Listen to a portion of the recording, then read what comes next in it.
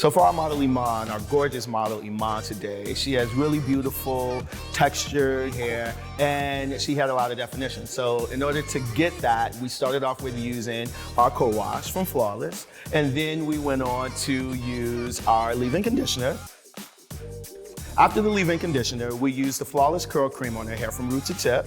Afterwards, we diffused her hair to give it a lot of volume, and then we used some of the Flawless oil drops to make sure that her scalp was beautiful, and we also made sure that, we were pulling it out with the oil so that it could get really great definition. And from there, we hit her edges with edge control. And after that, we used the Curl Refresher spray, which gave it a really beautiful finish. It gave it tons of definition. And as you saw, she looked really beautiful.